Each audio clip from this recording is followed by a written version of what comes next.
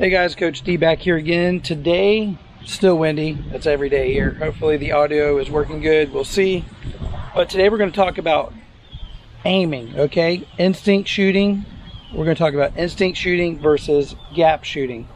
What are they and what should you be using? I'll tell you right now, if you're going to be shooting competitively for NASP, you need to be shooting gap shooting, okay? So, and we're going to explain that technique. That's going to help you be the most accurate, the most repeatable over and over again. And that's going to be, if you're shooting competitively, that's obviously what you want to do.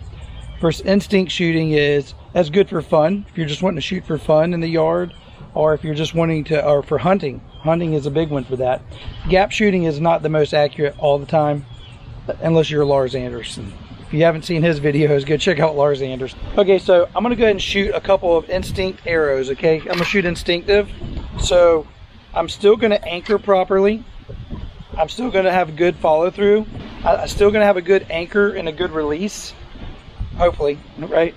But I'm not gonna be looking down the arrow. I'm gonna be looking at the target, okay? And I'll try to demonstrate that too in a minute, but let me shoot 5 arrows instinctively. All right, 5 instinctively. I'm not going to aim at all, if that makes sense. I'm just going to be looking at the target with both eyes open. Let's see.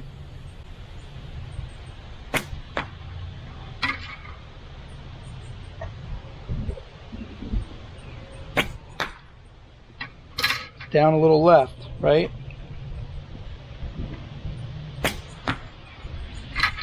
It's dead middle, but a little low. That was way out of there. So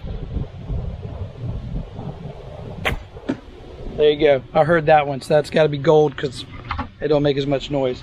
Let's go check it out. Not a good grouping. There's a flyer. That's a decent group, but let's do one more. All right. So I am just getting warmed up, so let me do one more real quick of instinctive. So that was a warm up. Let's get one more group now. Instinctive shooting. Feel like I'm a little bit warmer. Let's see here. Once again, I am not looking at anything but the target with both eyes open.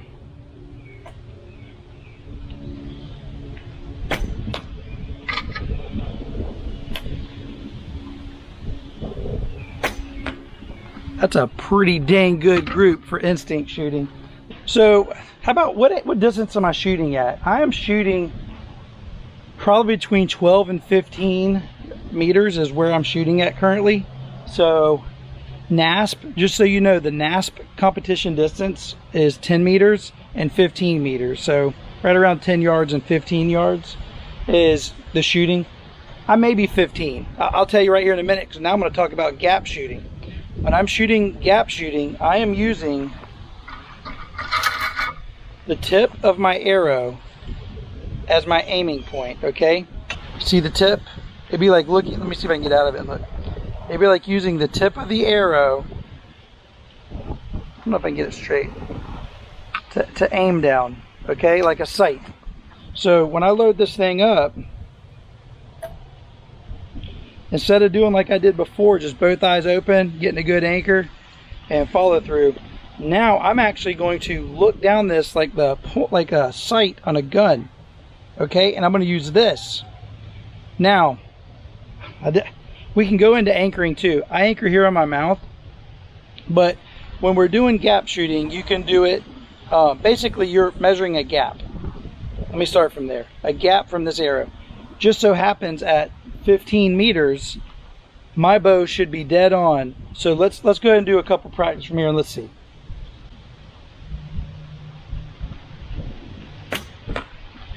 Yep, so that's me. I'm just a little to the left. The height is right though.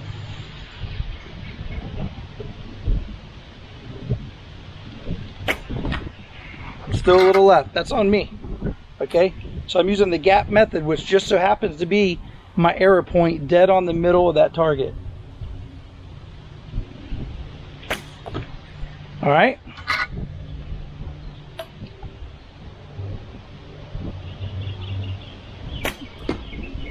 And I'm shooting just left, so I'm pushing these arrows a little. That's on me. Okay, let's go check those out real quick. That's where I want them to be, right here, right? That could just be me. So this is gap shooting. I was aiming here the whole time. Now, I'm at an angle slightly, so I may need to aim here, but over to here, just to get that in. I'll tell you, I'll find out now. I'm gonna change my location for my gap. I'm gonna aim at this point up and down, but I'm gonna bring it over this way. See if I can bring those arrows over some to close the gap. So let's see. All right, I'm gonna do 5 more arrows. Let's see how these look. I'm gonna change my gap over a little.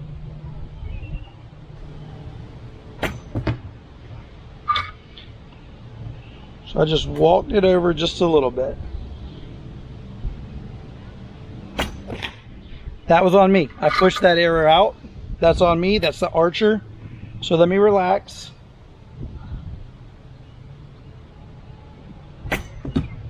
That's it. That's money. The one before was an error on me. That one was a good release. Money again, okay? That's how much difference just little movements can make.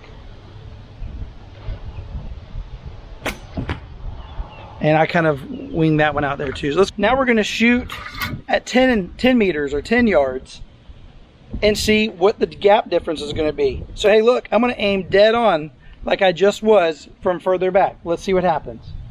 Same spot. A little high. Let's do it again. High left. The left's on me. The high is going to be on the gap. Watch. All right, I'm going to go ahead and just shoot all 5 real quick, just to show you. That's where I want it to go, right there, dead middle, but I'm still high.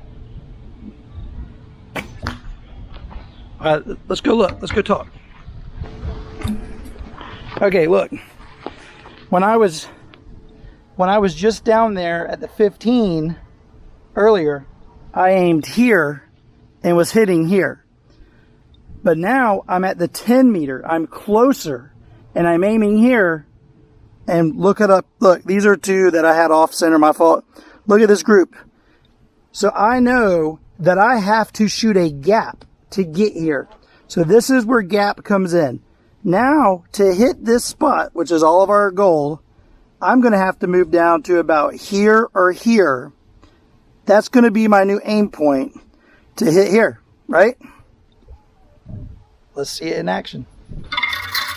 All right, so now is where we're going to really get into our gap, because at 15 I didn't really need a gap, right? I was dead on. My bow was tuned for that. So now I'm going to move down to the first blue ring. Let me go to I'm going to try to go to the line in between the 2 blue rings, okay? It's hard to see because it's bleached a little bit. Let's try it.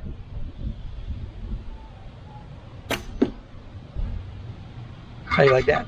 All right, that's what I'm talking about. So now let me do it again here. I tell you what, also when you come up from shooting at 15 to 10, it's like a dream. A little low right there. I'd like to bring that up some, right?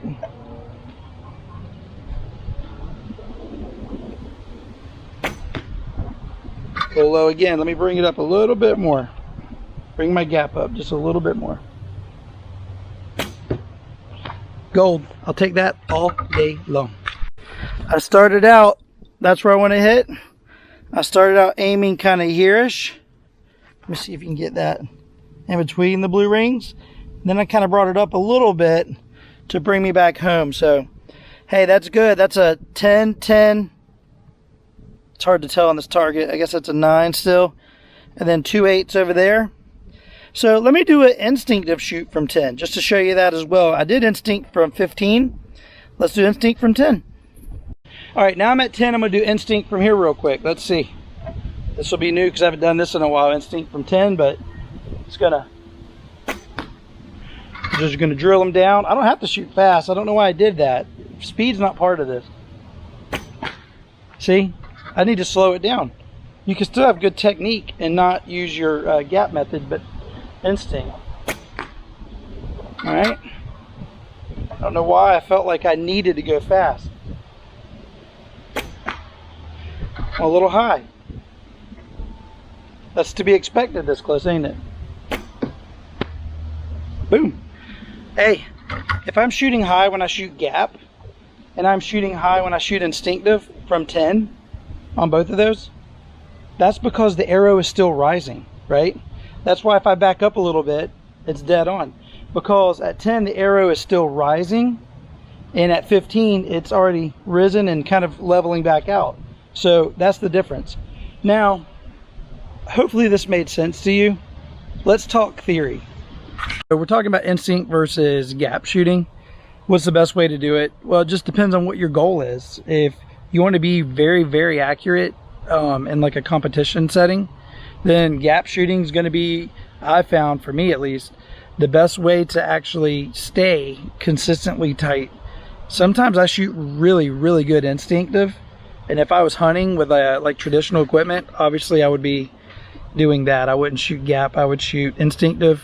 I think it's very deadly for that kind of deal. Those are two methods. There is another method of using the riser, and if you're shooting in NASP, you can't use any kind of, you know, sights. If you're not shooting in NASP and you get this bow and you want to shoot it and get good here in your backyard having fun, get you a sight for it. You can get sights, aftermarket sights, and put it on there and have a great time. There's nothing wrong with that.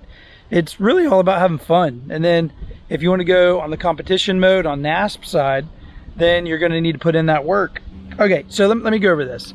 So I've shot an 18-pound bow, 20-pound bow, 12-pound bow. I shot all these bows. My bow that I use and that I shoot with, I shoot it at 16, just a little over 16 pounds. We covered that last video. That allows me at 15 yards, 15 meters, to be able to aim dead on to that bullseye. That's important to me. I have one distance out of the two that I am exactly on. So I only have to calibrate for the other. To me, 10 is easier to shoot at, so I make the hardest distance dead on, and then the closest distance, I make it to where I only have to modify that one with gap shooting. So, and here's another, I said it already in that last round, but shooting from 15 a bunch, and then you go into 10, it's like taking candy from a baby. It's super easy because you've been shooting at the farther distance, which a little bit of movement or messing up from 15 costs you big time. From the 10, it doesn't cost you as much. If you adjust your bow, these bows, how you would tune them, in my opinion, if you're going to be able to tune it at all, would be by changing your poundage to fit your need. So if you're a real little kid and you want to shoot from 15, work on your muscles so that you can bump that weight up a little bit, because 12 and 13 pounds is very hard. Here's the other thing. If you're just shooting for fun, I always recommend anyways, start close. When I do class, I start all the kids out on like 5 to 7 yards. And that's hard even for some people. Sorry, I got my mango tree back here shedding a little bit. But we start at 5 to 7 yards. Once everybody's good to go and they're hitting the target, then you can start moving back. There's no reason to move back. If you can't hit the target at 7 yards, don't move back. Keep practicing until you can get it on target. Once you get it on target, practice till you can get it inside the rings. Once you get it inside the rings, you want to start picking a color. I'm looking at the target as I talk to you, but you know, I tell Sawyer, your goal needs to be red and gold only. You don't need to hit any blue, any black. He's shooting competitively. And then we slim it down to like, hey, only the 8 ring should be what you're hitting, right? The 7 ring shouldn't even be in your vocabulary, right? So you're putting that on yourself. Now, you also want to have fun. So if you're shooting competition, that's one thing. If you're shooting fun, that's another. But you can make this work for whatever. I think that's about it. I mean, if you guys have any questions, I'm trying to simplify this. Let me try to get a bow and an arrow and try to look down it with a camera and see if I can give you a better idea of what I'm pointing at from back here. All right? That arrow tip, I'm pointing it right here at 15. Because of my weight, I have it tuned to this. When I look down, I'm putting that arrow point of that head on that. When I just shot from 10, I'm actually putting the arrow point in between the blue to just up some. And because the arrow is still rising from this close, it rises up to here. Now, the reason it hits here from 20 is it's already risen and is falling back into here. Okay, I hope that makes sense. Please leave a comment or ask questions. That's why I made these videos. I want to help people out there that maybe don't have the information that they need. And then, you know, I'm gonna let my class see these videos too. So if they need them to something to work on at the house or just to think about, that they can do it when they're not in class, just practicing and stuff. So, all right. So I recommend just starting close. Know what your weight is on your bow too, right? You need to find out what the weight is on it. And once you do that, then you can come back to either 10 or 15. And I recommend tying it down to the best weight for you to hit it dead on, pointing dead on at either the 10 or the 15. Now let me tell you this, if I don't shoot for a while, it's tougher. But sometimes I come out and if I shoot a lot of arrows, it becomes like butter, right? So practice doesn't make perfect. Perfect practice makes perfect. And to do this stuff perfect is difficult. So you got to put in the time if you want to see the result. All right. So get out there and have fun. Hey, God bless. Y'all have a good one. See ya.